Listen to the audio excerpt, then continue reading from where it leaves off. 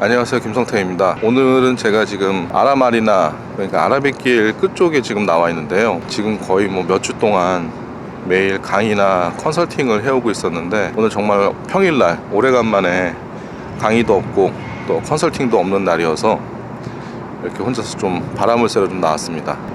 이렇게 오래간만에 나오면은 좀 날씨도 좀 좋고 좀 그래야 되는데, 날은 후덥지근하게 좀 더운데 날씨가 꽤 흐립니다. 요즘에 조금 늦기는 했지만 펜션 그 광고를 어떤 식으로 해야 되는지 많이 문의가 오고 있습니다.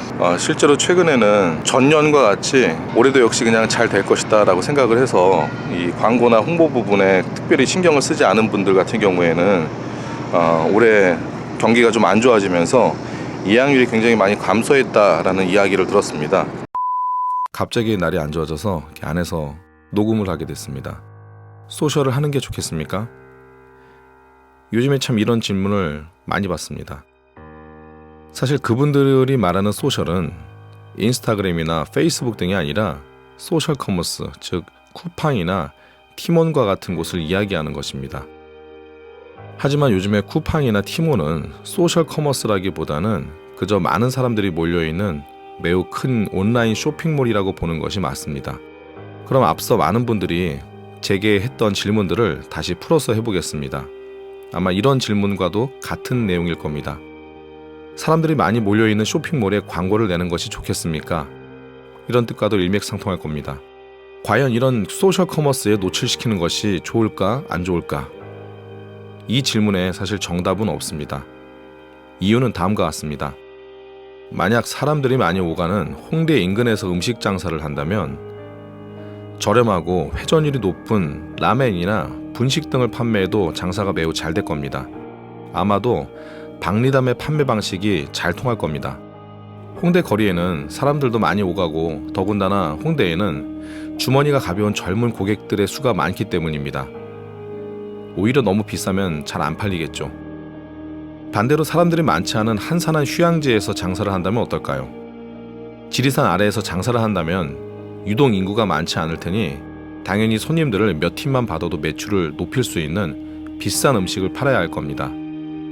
이를테면 한 상에 10만 원 이상이나 하는 닭백숙이나 오리고기 같은 메뉴일 겁니다.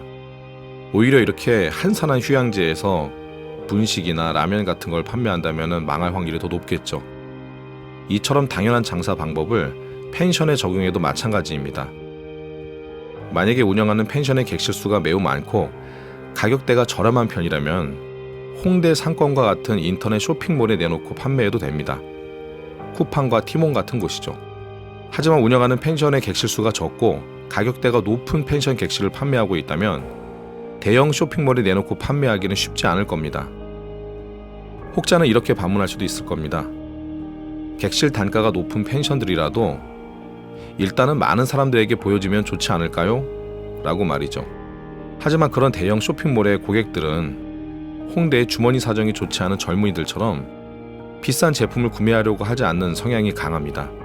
저렴하고 합리적인 가격대의 상품을 주로 찾고 그쪽의 시장은 거의 그런 형태의 저렴하고 괜찮은 정도의 상품들로 가득 채워져 있습니다. 솔직히 말해서 10개 미만의 객실을 갖고 있고 객실 수준도 높다면 충분히 자체 광고만으로도 예약률을 높일 수도 있습니다.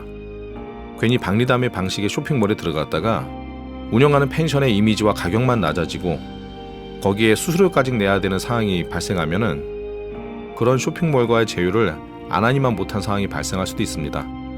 실제로 저는 그런 사례를 수없이 많이 봤습니다.